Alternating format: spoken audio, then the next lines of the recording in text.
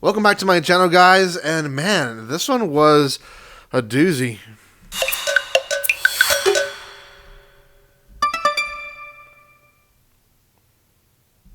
Welcome back to my channel, and it's another manga review for you guys. It's going to be the first volume of Heavenly Delusion.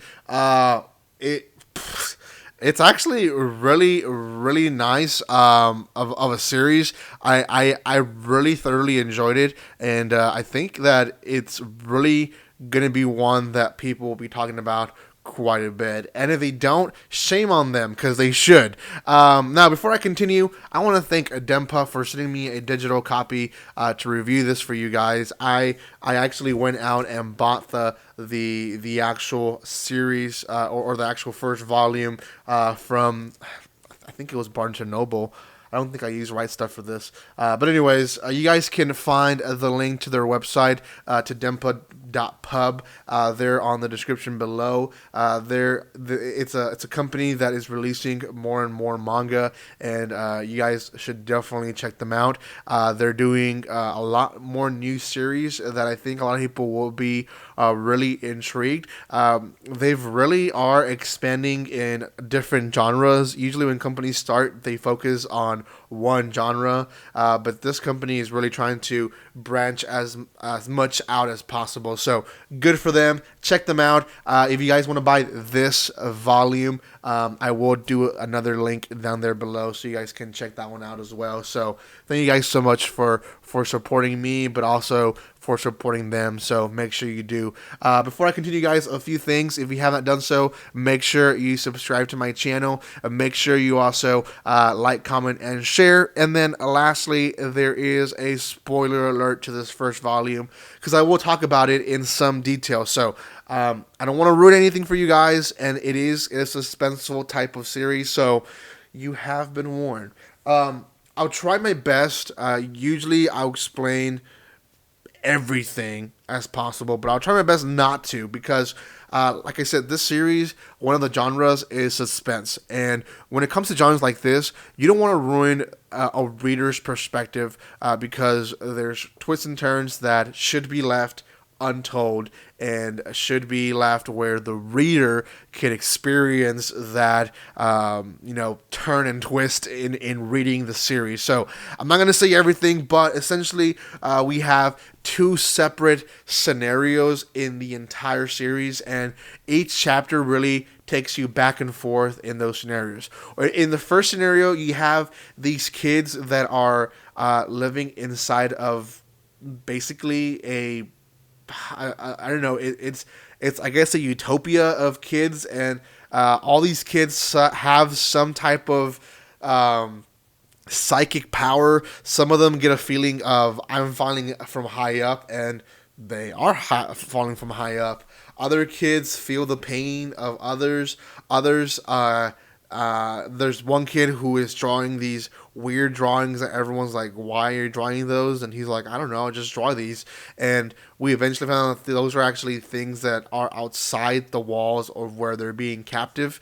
And there's teachers, and there's robots, but the things that you see the most are the robots. The robots are essentially there to make sure the kids are not doing anything wrong. They're not escaping. They're not, doing anything that they shouldn't be doing, keeping them in check, essentially.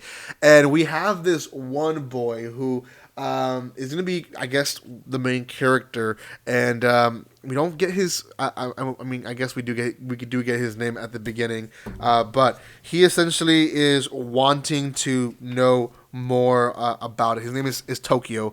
He wants to know more about what's outside of the outside, and he says outside of the outside because they do have grass and trees. So he's like, they must be something behind these walls, and that's basically what's going on there. There's different things going on inside of it, but I won't explain too much about it. You guys can just read more through the first volume. But essentially, there's this boy with curiosity of wanting to leave, and he is gaining curiosity or giving curiosity to the other kids, but maybe not so much. The whole thing to this is who's in control. There's this old lady that seems to be the one in control, but oftentimes the people that you see that are in the floor or is interacting with kids are not always the ones that are in control. Sometimes there's someone higher up. Series like The Promised Neverland, we thought that mom was in control, but in reality, she wasn't. She was just a pawn of what someone else above was controlling. So, is she the main one that's controlling all this? She could be, but it could be that there's another twist and turn that she is just a worker of someone else. So, we'll see. In all of this, the series is set on a kind of post-apocalyptic era, and it seems like it's just been a few years, like 10 years maybe.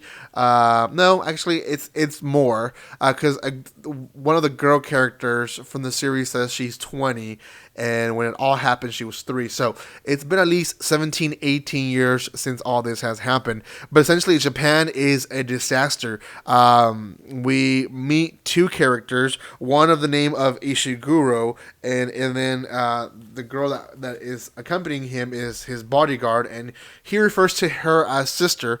And we found out that eventually that she's not in fact his sister, but just a bodyguard that he hired to take him to heaven, and he's looking for this place, heaven, and where is heaven. So through the adventure they meet different people and you find out about different stuff. For example, they are stopped by a members of adults that are basically part of a gang, and you find out that that's basically what the world has come to. There's different sections of people that live their lives accordingly to how they want to live. They eventually get to another part of the area, and there's this old lady who has this facility, and she is a little bit insane. I won't say to what extent, but she is. And so that's just what happens in post-apocalyptic. And what I really liked about the series is that it hits how characters or how real people would react and become these characters if there was to be a post or an apocalyptic event here. Man, I can't even talk right now.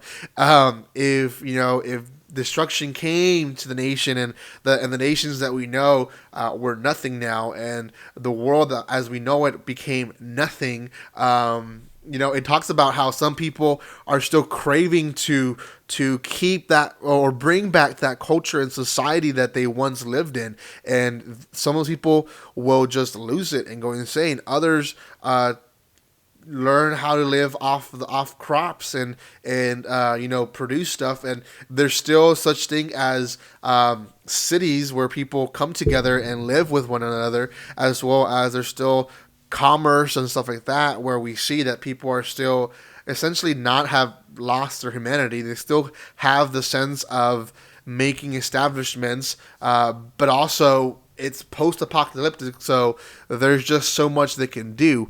Things like technology, phones, and electricity, and clean water, and stuff like batteries are just precious stuff that not everyone has. So when these kids are going out and they find a can of beans and they're excited to see a can of beans, it's because it's been 18 years, and those are hard to come by, as well as batteries and other stuff. And when an old lady has to tell a girl who's 18 or 20 that bottle is shampoo and makes bubbles, and to us like, yeah, no, duh, but these kids were raised in this era, in this post-apocalyptic era, and they don't know any of that stuff. So I really love how subtle a lot of those things are in this series, and that they don't throw it to your face like, hey, this is how the world would be, but